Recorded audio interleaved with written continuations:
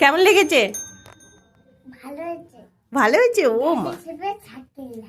Hit হাউসটা কেমন? পুতুলের ঘরটা। ভালো দাদু।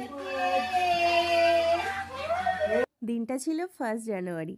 সবাই যখন হ্যাপি নিউ ইয়ারের আনন্দে মেতে থাকে, আমাদের ঘরে তখন চলে হ্যাপি বার্থডের গান।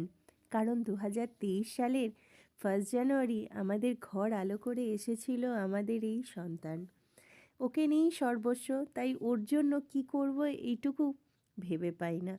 এই ছোট্ট গিফটটা, এই সারপ্রাইজ গিফটটা ওর জন্য প্ল্যান করেছিলাম যে ওর যদি ভালো লাগে।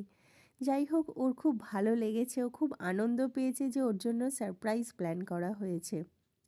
সাইকেলটা তো ওর ভীষণ পছন্দ ছিল। 2 দিন আগে থেকে ও একটা ফটো দেখে আশা করেছিল যে ওর জন্য এই সাইকেলটা কেনা হবে। যাই হোক, ও বার্থডেতে সাইকেলটা পেয়ে তো ভীষণ এক্সাইটেড।